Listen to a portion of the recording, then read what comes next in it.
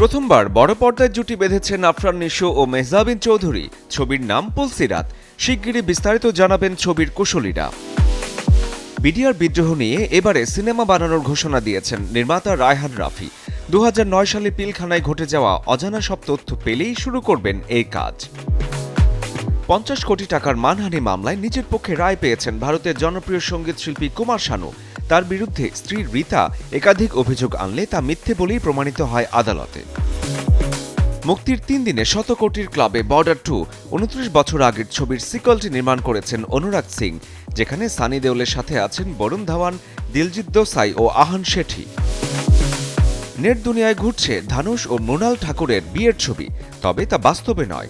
মূলত এআই প্রযুক্তিতে বানানো বিয়ের এমন ভিডিও মুহূর্তে নেট দুনিয়া হয়েছে ভাইরাল।